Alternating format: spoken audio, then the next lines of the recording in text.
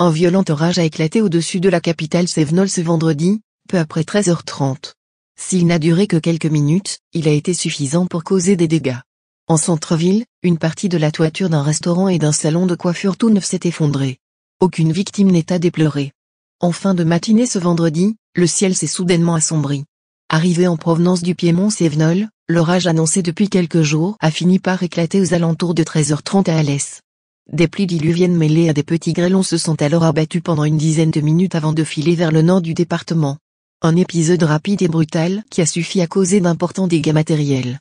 En plein service, le très fréquenté restaurant Le Comptoir des Halles, relire ici, établi au numéro 5 rue Castagno, a littéralement pris l'eau. Tout comme le salon de coiffure voisin, jadis installé rue du 14 juillet, et qui avait migré près des Halles de l'Abbaye au printemps dernier. Arrivé sur les lieux quelques minutes après l'épisode pluvieux, un policier municipal raconte, au-dessus de ces deux commerces, il y a des appartements. On est monté au premier étage chez le locataire qui nous a fait voir les dégâts. Il y a comme des coursives dans lesquelles l'eau s'est engouffrée, avant de ruisseler au-dessus des toilettes du restaurant et vers la toiture du salon de coiffure avec un gros débit. Alors qu'elle se faisait coiffer, les clientes ont tout juste eu le temps de quitter leur fauteuil pour trouver refuge en dehors du salon lorsqu'une partie de la toiture s'est écroulée. Il n'y a pas de blessés, mais elles ont eu très peur. C'est à limite. Rejoue le policier municipal.